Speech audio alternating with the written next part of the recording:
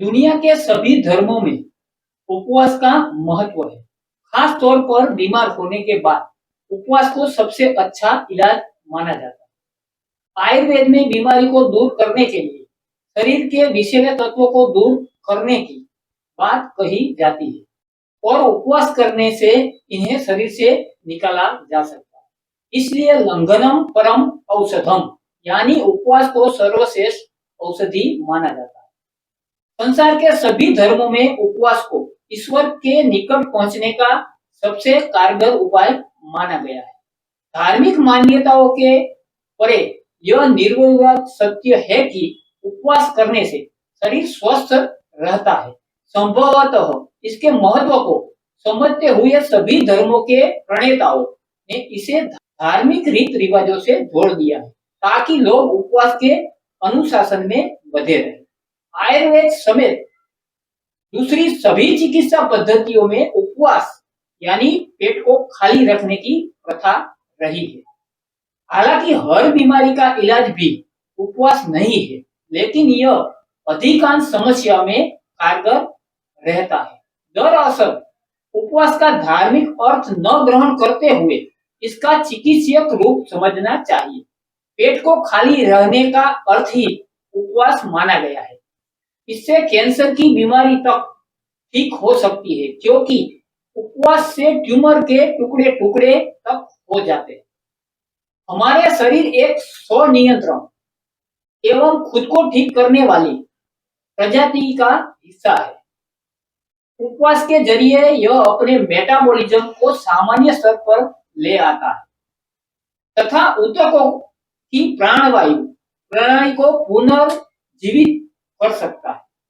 दुनिया के सभी धर्मों में उपवास का महत्व, खास तौर पर बीमार होने के बाद उपवास को सबसे अच्छा इलाज माना गया है। आयुर्वेद में बीमारी को दूर करने के लिए शरीर के विषैले तत्वों को दूर करने की बात कही जाती है और उपवास करने से ही इन्हें शरीर से निकाला जा सकता है। इसलिए लंघनम सर्वोत्तम औषधम यानी उपवास को सर्वश्रेष्ठ औषधि माना जाता है। यह आर्थराइटिस, अस्थमा, उच्च रक्तचाप, हमेशा बने रहने वाली थकान, colitis, spastic colon, irritable bowel, लकवे के कई प्रकार के साथ साथ न्यूरोलेजिया, न्यूरोसिस और कई तरह की मानसिक बीमारियों में फायदेमंद साबित होता है। उपवास के अनगिनत फायदे क्या है? उपवास जितना लंबा होगा, शरीर की ऊर्जा इतनी ही अधिक बढ़ेगी। उपवास करने वाले की श्वासोश्वास विकार रहित होकर गहरा और बाधा रहित हो जाता है। इससे स्वाद ग्रहण करने वाली ग्रंथियां पुनः सक्रिय होकर काम करने लगती है। उपवास आपके आत्मविश्वास को इतना बढ़ा सकता है ताकि आप अपने शरीर और जीवन और सुधार पर अधिक नियंत्रण हासिल कर सके। हमारा शरीर एक स्वनियंत्रण एवं खुद को ठीक करने वाली प्रजाति का हिस्सा है। उपवास के जरिए यह अपने मेटाबॉलिज्म को सामान्य स्तर पर ले आता है तथा ऊतकों की प्राणवायु प्रणाली को पुनर्जीवित कर सकता है। उपवास आपके शरीर के विषैले तत्वों को बाहर निकाल फेंकता है।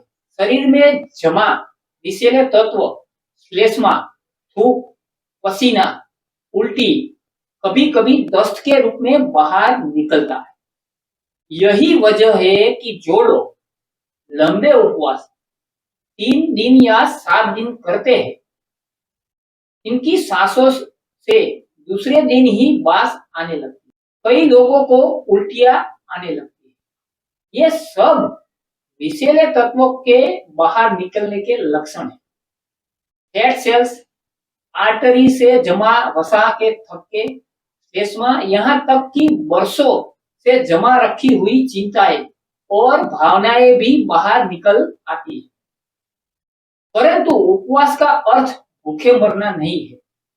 वस्तुतः उपवास शरीर रूपी मशीन के पाचन तंत्र आराम देना व इसकी ओवर हीलिंग जैसा होता है, पर अति सर्वत्र वर्ज्यते के अनुसार अतिशय व अवैज्ञानिक तरीके से किए हुए उपवास के खराब परिणाम भी सामने आ सकते हैं। मानसिक स्पष्टता में वृद्धि होती है तथा मस्तिष्क का धुंधल का छट जाता है। तत्काल एवं सुरक्षित तरीके से वजन घटता है। तंत्रिका तंत्र में संतुलन कायम होता है। ऊर्जा का स्तर बढ़ने से संवेदी क्षमताओं में वृद्धि होती है। शरीर के सभी अवयवों में ऊर्जा का संचार होता है। सेल्यूलर बायोकेमिस्ट्री में संतुलन कायम होता है। त्वचा संवेदनशील, नर्म और रेशमी हो जाती है। आपके हाथ पैरों का संचालन सरलता से होने लगता है। पाचन तंत्र ठीक होकर सुचारू रूप में काम करने लगता है। आंतों में भोजन से रस सोखने की क्रिया में वृद्धि होती है। उपवास कैसे करें? उपवास करने का सबसे सुरक्षित तरीका है 1 दिन के उपवास से शुरुआत करना। बाद में इसे हफ्ते में 1 दिन नियमित रूप से किया जा सकता है। आप शुरुआत में अन्न का त्याग कर सकते हैं तथा इन पदार्थों पर निर्भर रहते हुए दिन निकाल सकते हैं। ताजी सब्जियों का रस, फल, पानी, बिना पकी कच्ची सब्जियां या ताजे फलों का रस। उपवास के दरमियान इनसे बचें। पकी हुई सब्जियां, अन्न या अन्न के बने दूसरे पदार्थ, रोटियां, ब्रेड, बिस्कुट, पास्ता न खाएं। इसके अलावा चाय, दूध, दही, आइसक्रीम, मक्खन, अंडे, मांस, फास्ट फूड, जंक फूड, तैयार किया हुआ भोजन, आलू की चिप्स, साबूदाने की खिचड़ी, मूंगफली के दाने या हराली मिक्सर भी आपके उपवास के मकसद को नष्ट कर सकते। अब उपवास के दरमियान कौन सी सावधानियां रखें? उपवास करने वालों को यह बात ध्यान में रखना चाहिए कि यदि वे किसी असाध्य बीमारी से पीड़ित है या किसी बीमारी के लंबे इलाज को ले रहे हैं तो आपको अपने चिकित्सक की सलाह लिए बिना उपवास नहीं करना चाहिए। डायबिटीज के रोगियों व गर्भवती महिलाएं व स्तनपान करा रही माताएं को भी उपवास नहीं करना चाहिए। उपवास अपनी शारीरिक सामर्थ्य से अधिक नहीं करना चाहिए। अगर यह जानकारी आपको अच्छी लगी हो तो अपने मित्रों और परिजनों को शेयर करें ताकि वह भी अपने जीवन में लाभ उठा सके। इसी के साथ जय धन्वंतरी, वंदे मातरम।